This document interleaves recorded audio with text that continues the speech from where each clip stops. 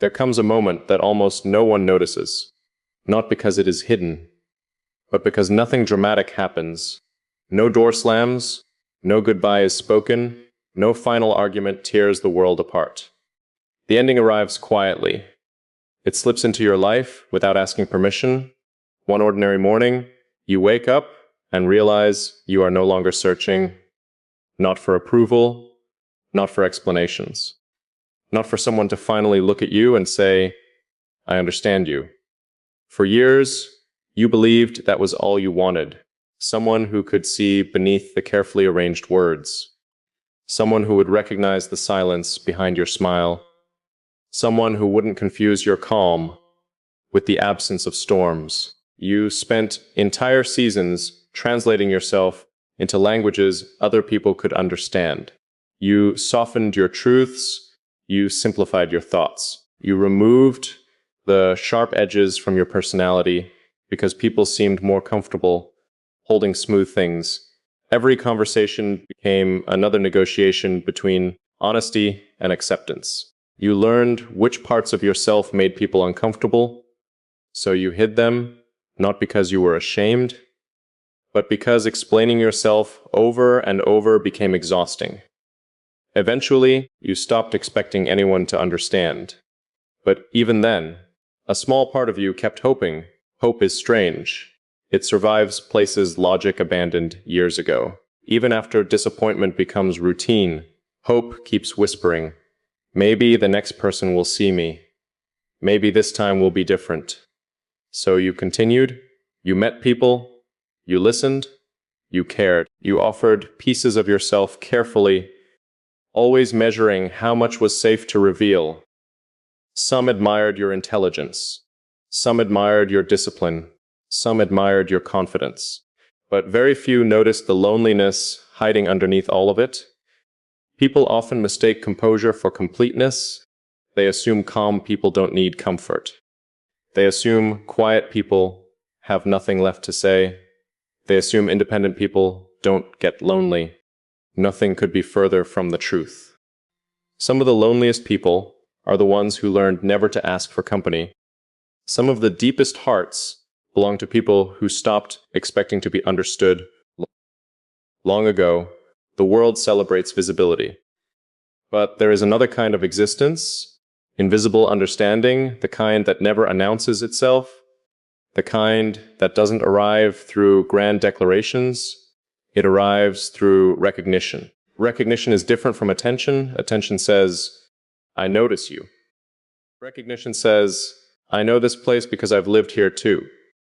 Most people notice appearances. Very few recognize realities. That's why true understanding feels almost supernatural. Not because it's magical, but because it's so incredibly rare. Think about your own life. How many people have actually listened without preparing their reply? How many stayed curious instead of defensive? How many respected your silence instead of rushing to fill it? Probably fewer than you can count on one hand. And yet, you kept searching, not because you were weak, but because humans are built for connection. Even the strongest soul quietly wonders whether another mind exists that speaks the same invisible language. That question follows us through every stage of life. As children, we wonder if anyone understands our fears. As teenagers, we wonder if anyone understands our dreams. As adults, we wonder if anyone understands who we've become after surviving everything life demanded from us. Most never receive an answer. Instead, they receive advice, judgment, comparison. Solutions for problems that were never asking to be solved. People hear words. Rare people hear meanings.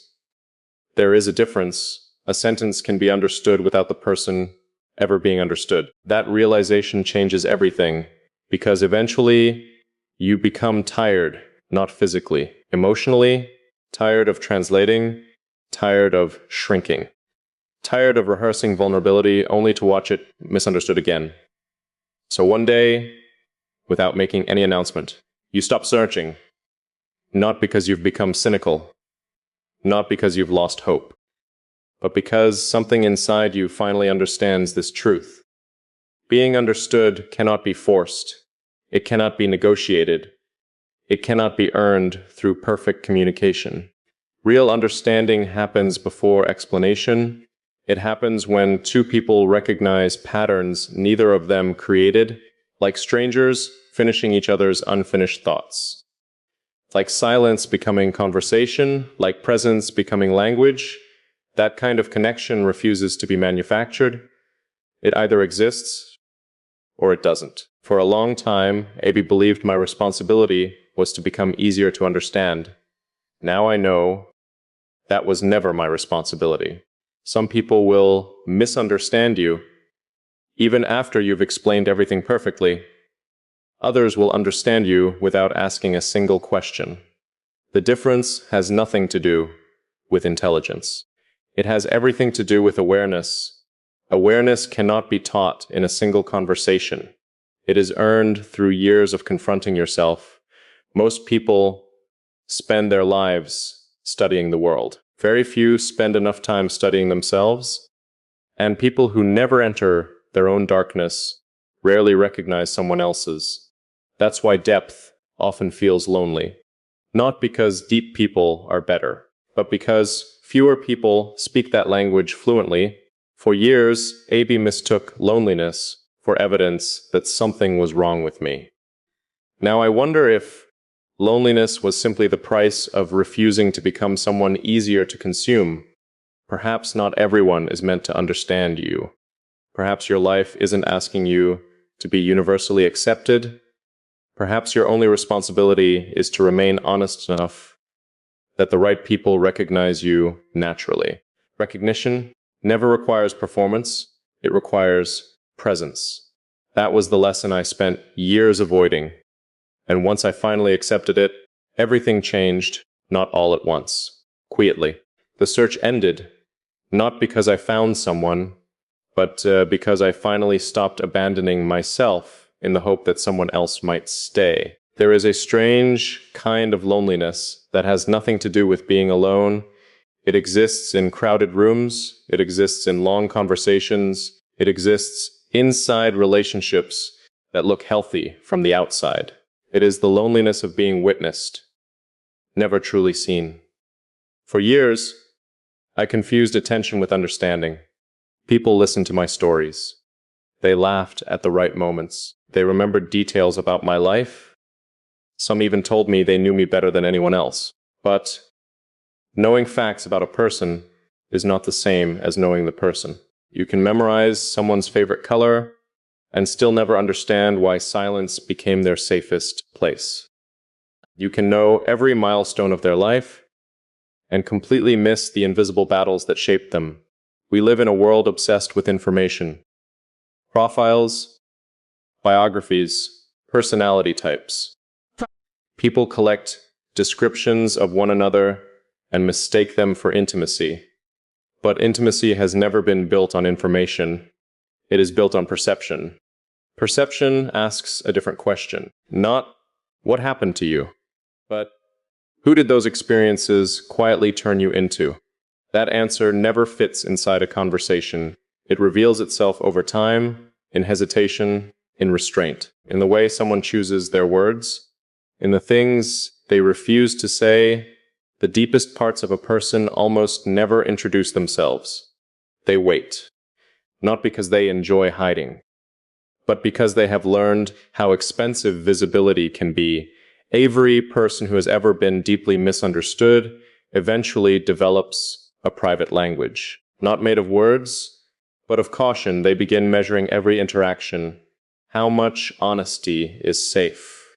How much emotion is acceptable? How much truth will this person actually hold without trying to reshape it? These calculations become so automatic that they disappear beneath conscious thought. You don't even realize you're protecting yourself anymore. It simply becomes the way you exist. That is the hidden cost of surviving disappointment. Not fear. Profession. You stop speaking impulsively. You stop revealing yourself casually. Every sentence becomes intentional. Every silence becomes meaningful. People call you mysterious. But mystery was never your goal. Consistency was. You simply stopped giving pieces of yourself to people who treated them carelessly, and somewhere along the way, you discovered another truth. Most people don't actually want to know you. They want reassurance, they want familiarity, they want a version of you that confirms what they already believe about the world. Real understanding asks them to change. That is far more difficult, because seeing another person clearly often forces us to question ourselves. It challenges assumptions. It dismantles easy narratives. It reminds us that every human being carries an invisible history that cannot be summarized. Most people avoid that work, not out of cruelty, out of exhaustion. Life already asks so much from them. So they simplify others, not because they don't care, but because complexity requires energy, and genuine perception is one of the most demanding forms of attention. It asks you to remain curious after certainty would be easier, to listen after you've already formed an opinion, to stay present even when another person's truth doesn't resemble your own. Few people choose that path, which is why being truly seen feels almost impossible. For a long time, AB believed I had failed because so few people understood me. Now I realize something different. Understanding is not common because attention is not the same as awareness. Awareness moves slowly. It notices patterns instead of moments. It remembers emotional rhythms instead of isolated events. It pays attention to consistency rather than performance. Performance impresses people. Consistency reveals them. Think about the people you've trusted most. Was it because they always said the perfect thing? Probably not. It was because their presence stayed the same. They didn't become different people depending on the room. They didn't change their values to earn approval. They remained recognizable. There is comfort in predictability when it is rooted in integrity. The soul relaxes around people who don't require constant interpretation. Perhaps that is why inconsistency hurts so deeply, not because expectations are broken, but because orientation disappears. You no longer know where you stand. And when orientation disappears, safety often disappears with it. That realization changed how I looked at every relationship. I stopped asking, do they like me?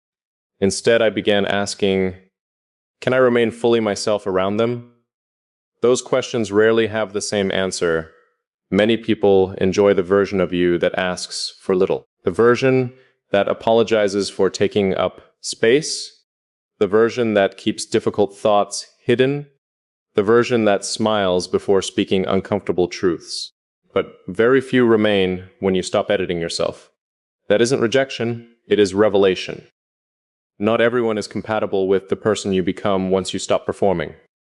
And that is okay. Compatibility has always been rarer than attraction, rarer than admiration, rarer than affection. Because compatibility begins where performance ends. It asks two people to exist honestly.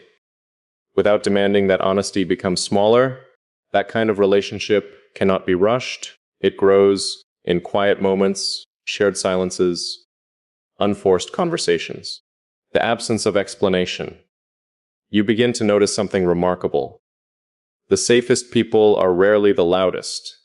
They don't constantly prove their loyalty. They don't advertise their understanding. They don't interrupt your process with promises. Instead, they create an atmosphere where promises become unnecessary. You simply know, not through evidence, through consistency. Trust is built less by extraordinary moments and more by ordinary ones repeated without contradiction. That is what most people miss. They search for dramatic signs, life-changing conversations, grand emotional breakthroughs. Meanwhile, real trust is quietly assembling itself through 1,000 small moments no one thinks to celebrate. A pause that wasn't interrupted, a truth that wasn't judged, a silence that wasn't mistaken for distance, piece by piece. Safety is constructed not from perfection, but from reliability, and reliability is one of the rarest qualities in a distracted world. Because reliability demands presence, not occasionally, consistently. The older I become, the less impressed I am by intensity. Intensity burns brightly. Presence endures. Anyone can be extraordinary for a weekend. Very few people remain steady for years. Steadiness rarely receives applause, but it changes lives. Eventually, I realized something that completely transformed the way I loved people. The greatest gift you can offer another human being is not advice, not solutions, not even protection. It is the experience of being fully themselves, without feeling like they must earn the right to exist.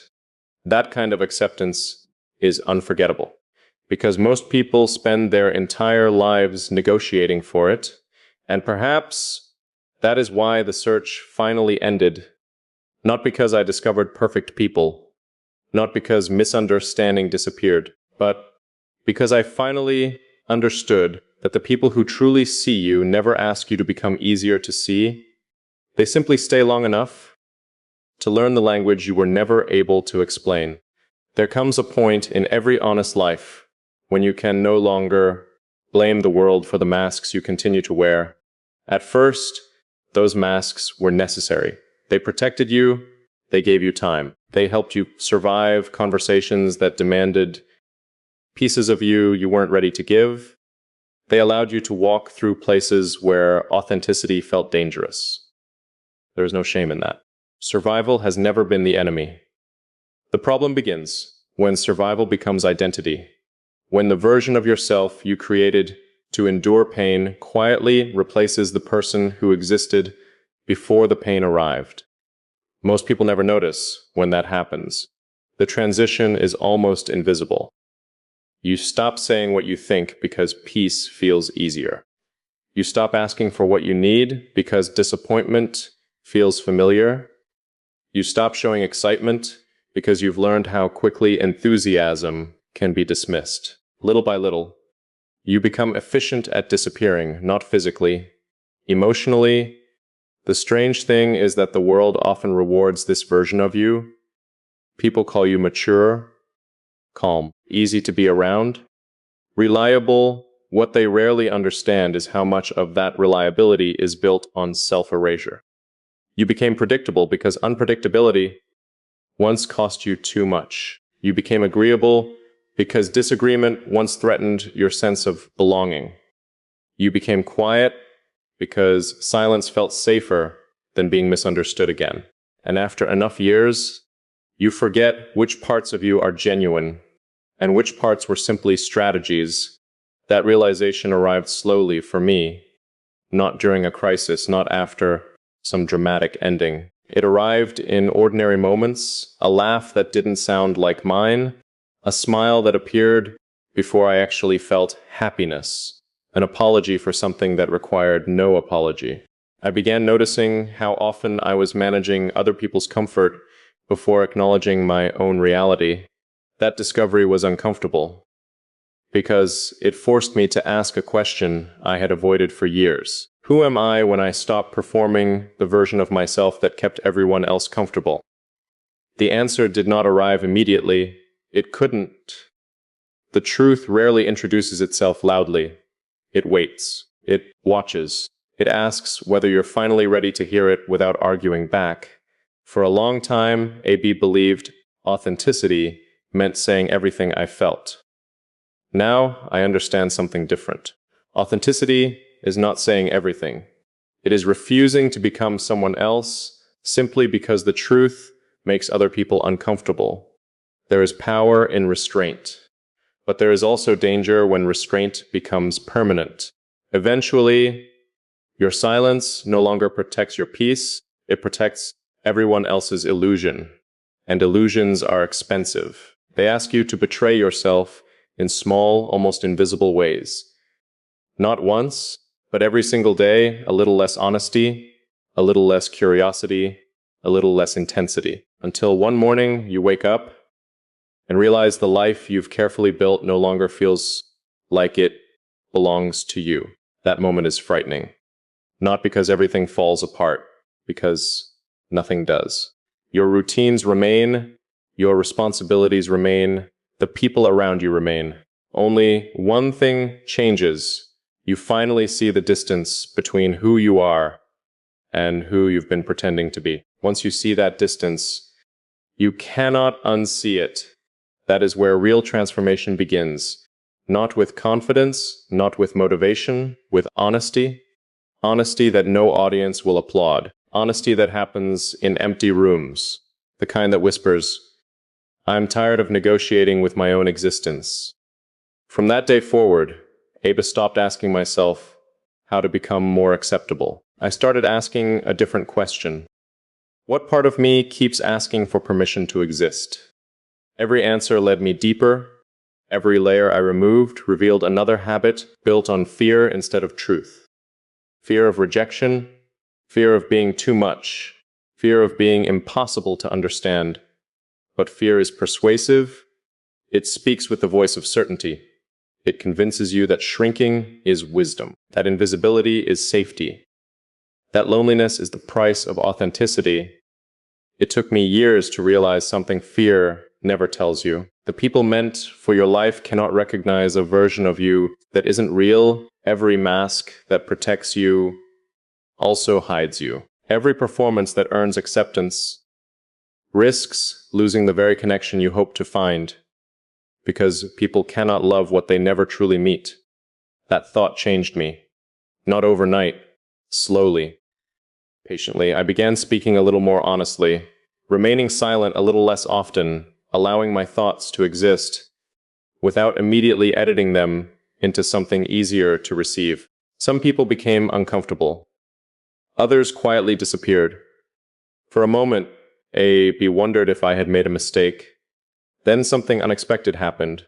The space they left behind no longer felt empty. It felt available for conversations that didn't require translation, for relationships that weren't built on pretending, for a life that no longer demanded constant self-abandonment. I realized I wasn't losing people. I was losing performances, and performances are heavy. You carry them everywhere, you monitor every word, every expression, every pause. Authenticity, by contrast, is strangely light. Not because life becomes easier, because the exhausting work of pretending finally ends. You no longer spend every interaction calculating how to appear. You simply arrive, exactly as you are. Some will understand, some won't. But for the first time, their reaction no longer determines your identity. That is freedom. Not the freedom of being admired. The freedom of no longer needing admiration to feel real. I used to believe strength meant enduring everything in silence. Now I believe strength is quieter than that. Strength is telling the truth to yourself, even when no one else ever hears it. Strength is choosing authenticity over approval, again and again, until your inner life finally feels like home instead of a place you keep visiting in secret. And maybe that is what growing older is really about. Not becoming someone new, but having the courage to stop pretending you were ever anyone else.